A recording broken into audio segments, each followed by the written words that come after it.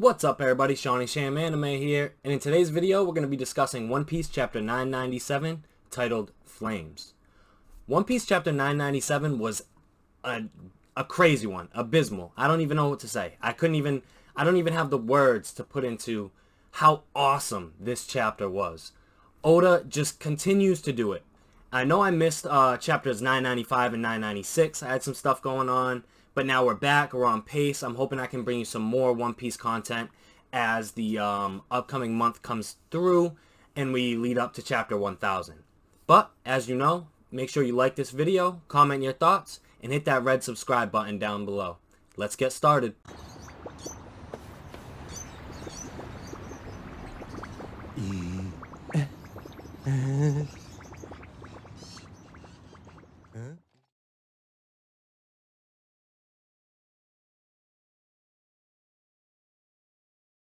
Along with being one of the most action-packed and exciting chapters that we've had in almost all of Onigashima, which is saying a lot because Onigashima has been like banger after banger after banger chapter, we have a lot of discourse to talk about in what went down in this chapter. There's a lot of stuff going on in terms of fan bases and in terms of how people perceive the things that are happening in the chapter. So first off, we're going to start with the beginning of the chapter. We're going to talk about Sanji. Sanji is caught by Black Maria. He follows the typical samurai trope, and he goes in to save the lady who actually turned out to be the snake teacher from the beginning of Wano, when we see how Orochi is contaminating the minds of the students. This is actually the teacher who's being used right here. We see Sanji bust through. He gets wrapped up in this spider web, and he's locked up. Now, Black Maria, in my opinion, so far, is my favorite of the Tobiropo. I love her design the best. I love the way she speaks. I love how she interacts with characters like Kaido and the other Tobiropo. I think overall she's the most, right now, mysterious, and also I feel like she presents a pretty cool threat, being how big she is, the way her means of attack. I'm curious to see how exactly Sanji goes about fighting her. I do want to say that I'm a little sick of this trope where we see Sanji going up against these female characters and he has to deal with his own inner struggle of fighting against women in his. So I don't want to say that I'm unhappy with the way that it went, but I do want to say that I did enjoy it, and I think I'm going to enjoy how he interprets Black Maria's devil fruit or her powers into this battle. So I like that she could be a spider, and she lures people in, she traps them, and that person being Sanji. Now, I don't believe that Sanji should have trouble with this. I think Sanji's at a point where he's strong enough to deal with this, disregarding his whole chivalrous fight with himself. So I think Black Maria is a good opponent. I think she's a very cool character, and I guess I'll have to see how this comes. There's a lot of talk of how could he escape. Maybe a big mom pirate saves him due to his stuff with Pudding and all that. And I must say, just to finish it off, I feel the way Sanji does. Sanji's like, I must say, I love you. I love Black Maria. I think her design's awesome. She's easily one of my favorite Tobiropo. Probably my favorite right now, just in terms of design, how she interacts with people, like I said earlier. So after we switch away from Sanji, we actually see Luffy and Jinbei, and they're running, and they're like, yeah, whatever. Sanji's gone, he must be doing something. I like their confidence in Sanji. I like how they can just be like, alright, yeah, Sanji's good. We'll worry about him another time. We'll worry about him afterwards. And actually, there's a funny little trope. That's why this chapter has it all. It's such a great chapter. We see Luffy and Jinbei, and they're ready to elevate to the next floor, but these other gifter beast pirates are there waiting, and they're like, we let Kid through, but we're gonna get Monkey D. Luffy, 1.5 billion berries.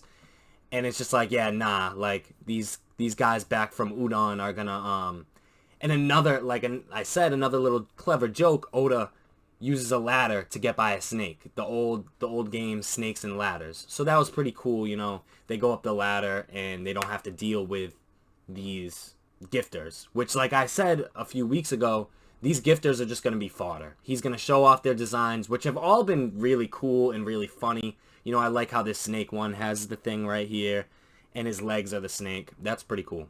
But we drop back down to the Ice Oni area, I guess you could say, the first floor, where Zoro, Chopper, and all of them are dealing with this Ice Oni outbreak, and they're following a poo. And we see Big Mom like go by, you know, we saw that last chapter. But then we see a little hole in the ceiling, and we see something fall from the hole in the ceiling, from Zoro's perspective specifically. And we only find out that that thing that fell is actually Kiku's arm. So we start seeing things shake up, things get a little more serious. Zoro realizes that this is Kiku's arm falling through the crack, and we actually see the thwump of it landing. Oda does a very good job of making this clear, of showing us what this could be, and we see Zoro. Zoro's like, alright, it's time to start being serious, like, things are really gonna get going. And he gets serious, and boom, one swipe, takes out a poo, gets the vaccine, gives it to Chopper, no time. Now, I'm gonna talk specifically about this, because I don't want to say that, I know I just said one swipe, I don't want to say that Zoro one-shot a poo, because this has been a fight that's been going on for multiple chapters. You know, they've been going back and forth. I guess right now I'm a little curious as to why Zoro wasn't going 100% in the first place, because we've had multiple times in the New World where Zoro has, you know, he's told Luffy, you got to take this serious. And I'm like, I guess I'm kind of like, why didn't he take it 100% serious from the beginning?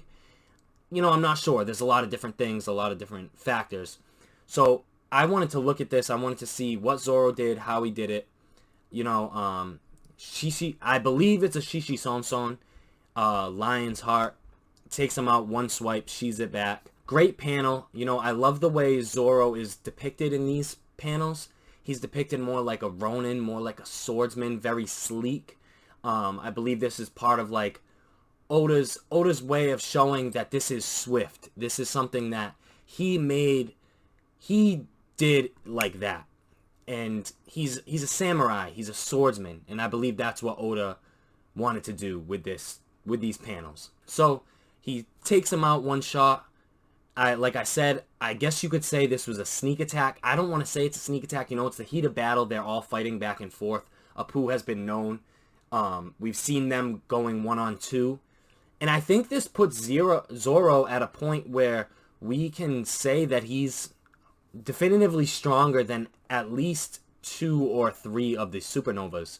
I think this means that he's definitely stronger than Apu, regardless of whether the attack was head-on or it was a sneak attack. And I think this also kind of shows that he's definitely stronger than Drake, which, I mean, we already kind of knew, but it's just confirmation. Because you see Drake's face and his reaction, he's like, oh, wow, like, he really just took him out in one shot, got the vaccine, got it to Chopper. Chopper's like, you know what, I got this, everybody, it's under control, you just put some flames on it. And then we see Zoro, and Zoro's pissed. And he's yelling at Queen, and he's like, I want to get up there and I want to help them. And another thing that I believed was pretty imperative to the story and imperative to Zoro taking this serious was that it was Kiku's arm that he saw. Of the Akazaya Samurai, the one that Zoro probably knows the most, aside from Kinemon, is Kiku. One of the first ones that we've met in the entire Wano story. So it was good that he had that relationship to see that arm falling through and being like, alright, I've got to get up there to help. And Zoro realizes, he's like, I got to get up there to help, and boom, Marco shows up. Now Marco's like, the Straw Hats, you guys are the main fighters, like you're the strength of our situation here. And he's like, what is my purpose? And this is great because Marco can have 2 purposes right now. I'd love to see Zoro on top of Marco, like taking on the dudes in the sky. That would be freaking awesome as Marco like takes him up to the top. And I think Marco also, with his healing fire, could be perfect for the Ice Onis down below. And I think he could realize This could be like Chopper's recognition as a doctor, whereas like Marco, who's probably one of the best doctors on the Whitebeard Pirates, is the doctor on the Whitebeard Pirates, is like, all right, like I give you my respect for dealing with this and for saving all these people so quickly, which could be like really awesome. So those are two things that I think we could see from Marco going forward. And Zoro, before Marco shows up, he lets out this shout, this yell to Queen. He's like, I'm done with these games. Like, I'm here to take down Kaido. I'm here to slice him to pieces, he says. Now, we've seen a bunch of things from Zoro that imply that he wants to take out Kaido, that he wants to take him down. But we haven't got the statement. And he says, I want to slice him to pieces, the English translation. And this is big. This is huge because it means that I think it 100% means that Zoro is going to take on Kaido at one point. He's going to get a slice in on him, a real slice, unlike the ones that the Akazaya Samurai did. And he's going to be the samurai that Kaido respects, that Kaido puts on that pedestal with Kozuki Oden. So then after Zoro lets us out, the entire area starts shaking, and we come to realize that Kaido is literally lifting Onigashima up to bring it back to the mainland of Wano.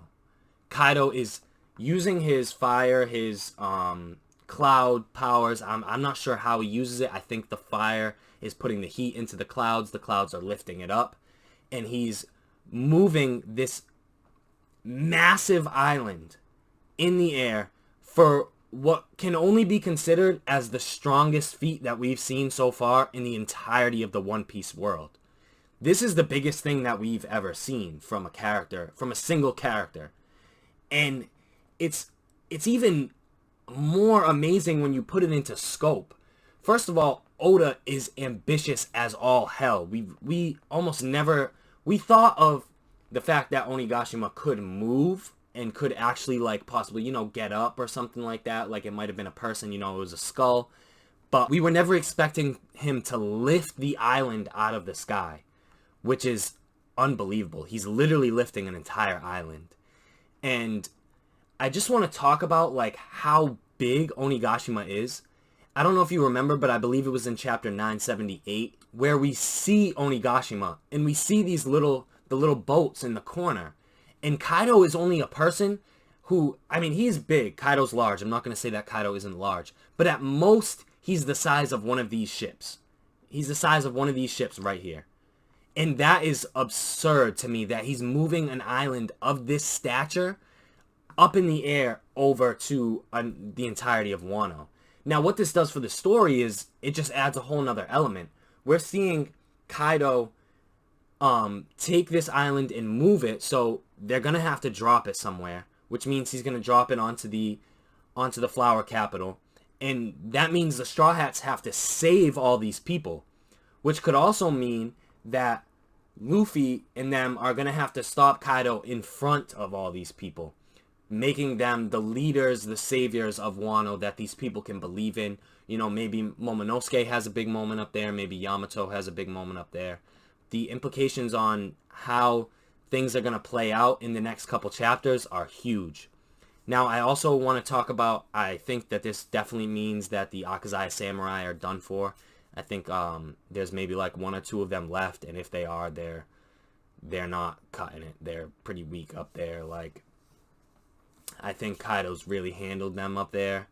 And yeah, that's about it for this chapter. There's a lot of stuff to talk about. I'm going to go into a little more depth about them in some more videos. I'm going to be dropping some other videos about this chapter, about the implications of what we saw with Sanji, Zoro, and Kaido specifically. I think I might talk about those three in depth on my own. But that's about it. And as you know, like this video, comment your thoughts, and subscribe for more anime and One Piece content.